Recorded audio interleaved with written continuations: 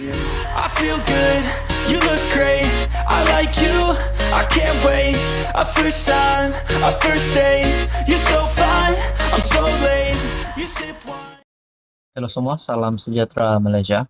Selamat datang ke channel Fels Lifestyle. Tonton teman-teman, terima kasih karena terus setia dan bersama di dalam channel ini. Baru-baru ini Malaysia, kita digemparkan dengan rasuah. Kali ini pula mengaitkan wakil rakyat ataupun ahli Dewan Undangan Negeri. Persoalannya rasuah ini yang mengaitkan berkaitan dengan adun.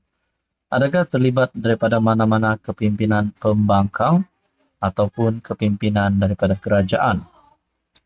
Saudara-saudara yang saya amat hormati, video adun bincang rasuah, pemberi maklumat minta perlindungan SPRM.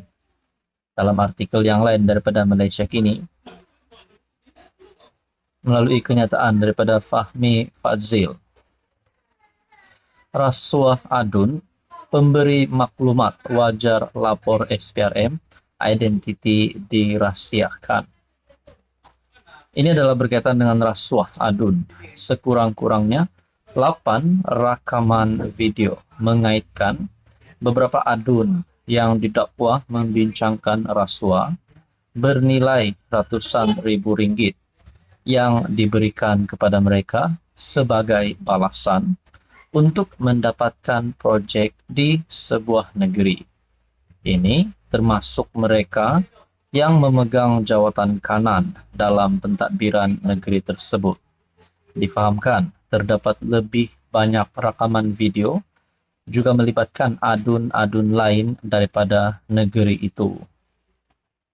Malaysia Kini telah melihat 8 video itu dan tidak akan mendedahkan identiti ahli politik berkenaan sehingga mendapatkan salinan rakaman serta komen daripada mereka yang terlibat. Sumber memberitahu Malaysia Kini, pemberi maklumat sedang cuba mendapatkan perlindungan di bawah Akta Perlindungan Pemberi Maklumat 2010 sebelum meneruskan lebih lanjut.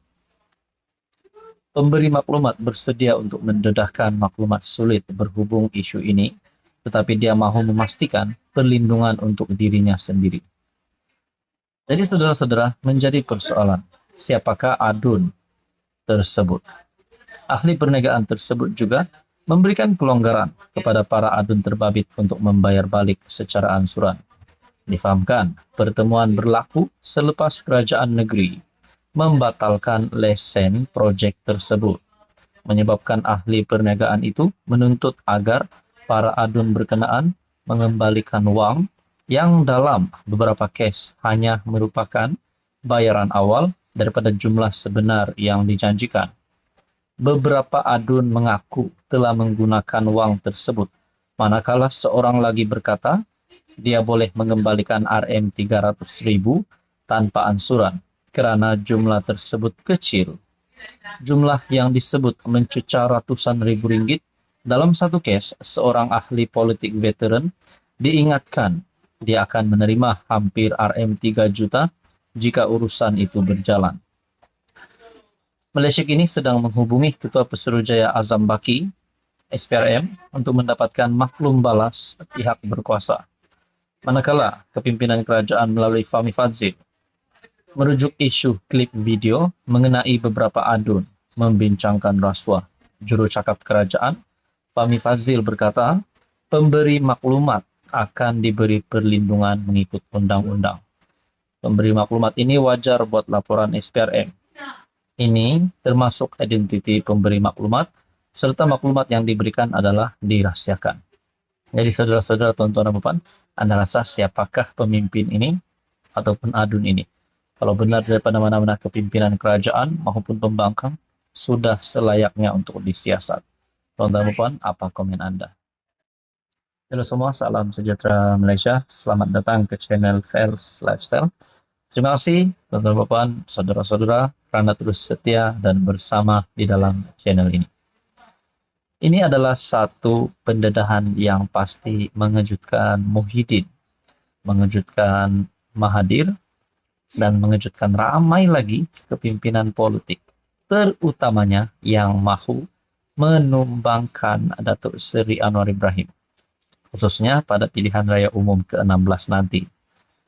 Satu tulisan daripada Syabuddin Husin ataupun syabuddin.com. Bolehkah dibayangkan ketika Anwar jadi Perdana Menteri selepas pilihan raya umum ke-16? Tapi ketika itu Rafizi adalah Presiden PKR. Soal Syabuddin Husin. Saudara-saudara bayangkan, kalau nanti PRU 16, selepas PRU 16 sekali lagi Anwar menang, sudah pasti penyokong-penyokong Anwar akan berkata Anwar Ibrahim jadi Perdana Menteri selepas PRU 16. Anwar Ibrahim kekal jadi Perdana Menteri bagi penggal yang seterusnya. Dalam satu tulisan ini, PKR dijangka akan mengadakan pemilihan parti pada Mei tahun depan, menepati kehendak Anwar Ibrahim agar ia tidak ditangguhkan. Setakat ini, kedudukan Anwar sebagai Presiden PKR hampir pasti tidak dicabar dan beliau diramalkan akan menang tanpa bertanding. Bagaimanapun pada pemilihan pada tahun 2025 akan datang adalah penggal terakhir bagi Anwar memegang jawatan Presiden PKR. Ini karena perlembagaan PKR hanya membenarkan seseorang memegang jawatan itu selama 3 penggal. Anwar sudah menjadi Presiden PKR sejak 2018 dan dirasakan akan meneruskan prestasi tanpa ditandingi sekali lagi pada 2025, menjadikannya 3 penggal menerajui parti tanpa dicabar. Menurut Ketua Penerangan PKR, Fahmi Fadzil, tiada isu untuk Anwar terus kekal sebagai PM selepas PRU 16, meskipun ketika itu beliau tidak lagi menerajui parti. Tidak berlaku sebarang isu kerana jawatan yang turut disandang PM ialah sebagai pengerusi PH dan juga pengerusi bagi Majlis Pimpinan Kerajaan Perpaduan. PKR memang menetapkan had 3 penggal bagi jawatan Presiden. Tetapi pada waktu ini tidak ada isu berbangkit, kata beliau. Pada pemilihan tahun depan, selain Anwar diramal tidak ditandingi, Rafizi selaku timbalan Presiden juga dirasakan masih mampu mempertahankan jawatannya. Sebagaimana beliau menang bergaya menewaskan Saifuddin pada pemilihan 2022. Jika Saifuddin ingin mencoba lagi, insya Allah kekalahan akan terus menjadi miliknya buat kali kedua. PRU 16 dijangka diadakan pada 2027, kira-kira setahun sebelum pemilihan PKR yang seterusnya, yaitu pada 2028, di mana ketika itu Anwar tidak boleh lagi memegang jawatan sebagai Presiden. Jadi saudara-saudara, di dalam tulisan ini, jika diandaikan jumlah kerusi PHBN campur GPS JRS dalam kerajaan selepas PRU 16 tidak banyak berbeza seperti sekarang, bolehkah dibayangkan Rafizi tidak berdetik walau sekecil hama pun tidak mahu jawatan Perdana Menteri dan masih berlapang dada memberi laluan kepada Anwar menerajui negara, sedangkan beliau ketika itu ialah Presiden PKR dan pengerusi PH. Apabila bukan lagi Presiden PKR, sudah tentu Anwar juga bukan lagi pengerusi PH. Kalau Rafizi ketika itu Presiden PKR, sudah tentulah beliau yang akan menjadi pengerusi PH.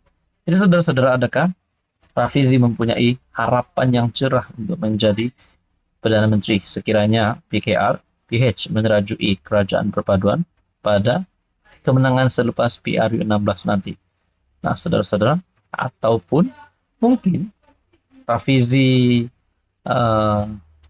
tidak mahu kalah dengan Anwar lalu keluar daripada parti. Semua itu boleh berlaku. Tapi persoalannya apa relevannya? Apa komen Anda?